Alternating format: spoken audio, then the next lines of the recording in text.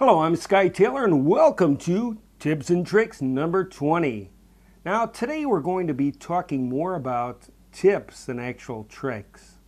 Today we're going to be talking about ego.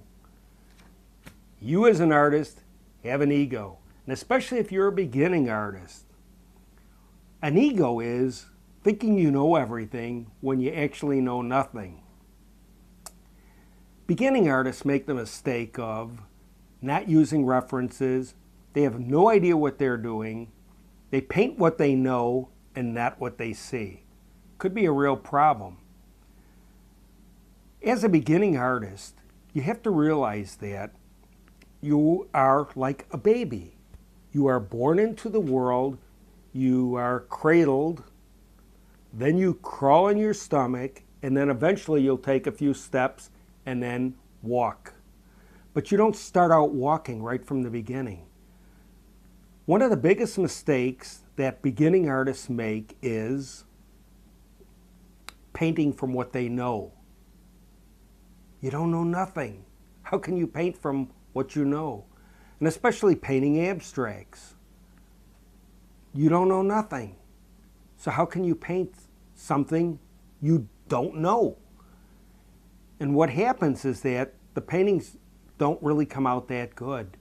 And if you stay working that way, you don't grow. That's what is called the ego, because you're letting your ego get in the way. You think that you can paint from something you know without having to do any research and find out what it's really all about. Well, you know what you do with your ego? That's what you do with the ego. Throw it away. As a beginning artist, if you've only painted for a short time, here's what you do. I've got a still life. I've got a link below to a still life. And I want you to paint that still life. And I want you to paint it from what you see and not what you know. Don't assume anything. I want you to look at that painting and paint it exactly the way you see it. Even if you've been painting for a year, if you haven't painted a still life yet, paint a still life. Try to get it as realistic as possible, because what's going to happen is that's going to help you develop as an artist. It's going to help you to see things in a whole different way. You've never seen things before.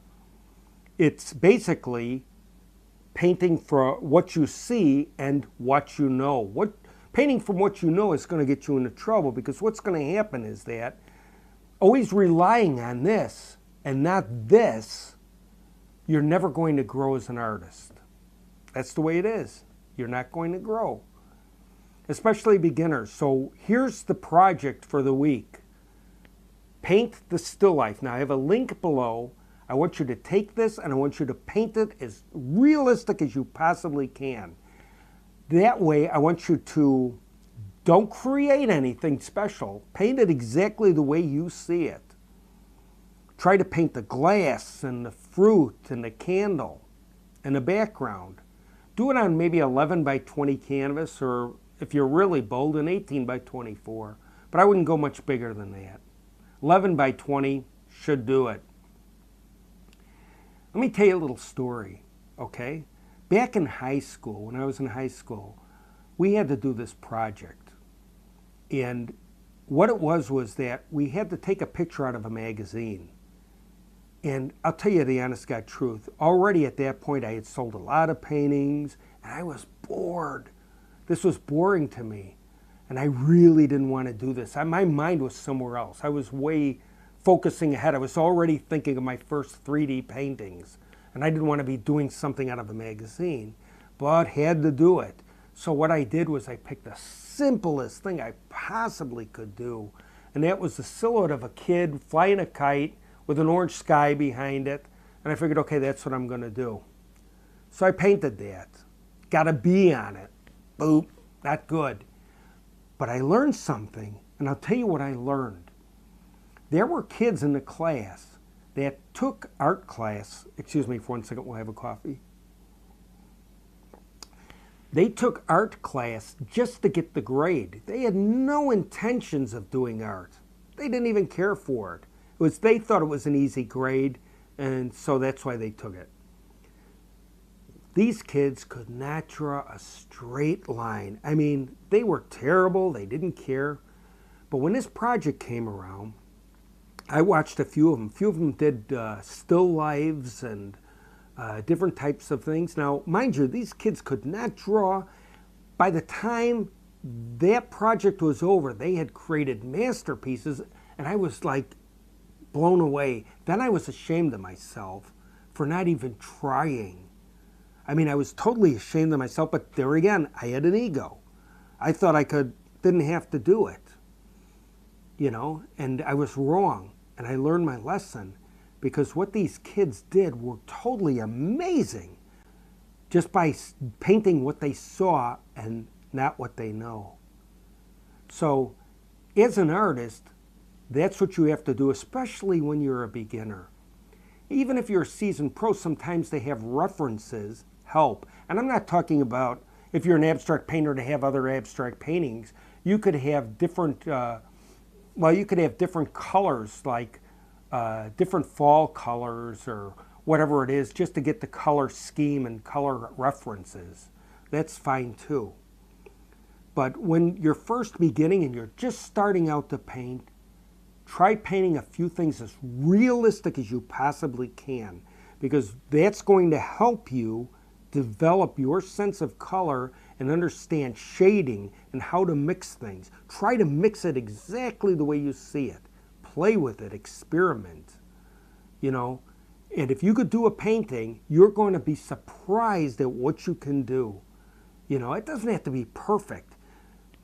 Every painting that you do like that is a learning experience. And then when you go to paint your abstracts, you'll get it. You'll be more in tune. They'll be a lot easier. You'll see colors in a complete different way. Now, if you started out as an artist painting abstracts, try this process. Try this sample what I provided for you. The link below has a picture. Go there, upload the picture, and paint it. And you're going to be surprised on how you're going to see things in a different light. So you want to paint what you see and not what you know. You know, here's a painting that I did from, it's a peacock. And there's no way I know what a peacock looks like. Yes, I used references in order to paint this peacock. Another one that I used references for was the Chicago skyline from the Lake Michigan view. Now, I have no idea what the Chicago skyline looked like. I couldn't guess what the buildings were, and I had to be accurate.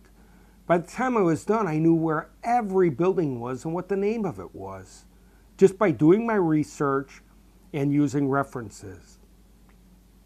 Now, this picture here is of a sailboat on the ocean. Did I use references? No. I painted this from what I knew. Well, probably not 100% accurate, but what I knew was I've seen many sunsets in my life and lots of water, and I painted from my vision. Another one that I painted from the vision was the small ocean scene with the sun. That was strictly painted from my mind. Seen enough of them and was able to do that. But that came from years of watching things and looking at things and studying things. It's probably not perfect, but you know what? You know that it's an ocean and you know that there's a sailboat out there. You know, that was just painted from my memory. You know, some things you do and some things you don't. But when you're first starting out as an artist, it's important to use references to gain your sense of color in order to grow. And that's a very, very important thing. And I want you to be a good artist. And in order to be a good artist, you have to use your eyes and see things first. Not try to use your brain. Use your eyes. Do a few still life paintings, then try a few abstracts, and you're going to be surprised how you're going to develop. It'll make all the difference in the world. Well, I hope that kind of helped you, and We'll talk to you probably next Sunday on the next tips and tricks, and I thank you very much for watching. And this was more of a heart-to-heart and a tips more than a tricks. And if you like the video, subscribe. I'm going to finish my coffee. It's 2 in the morning, and I'm tired. So we'll talk to you real soon. Thank you for watching. See you next Sunday. Bye.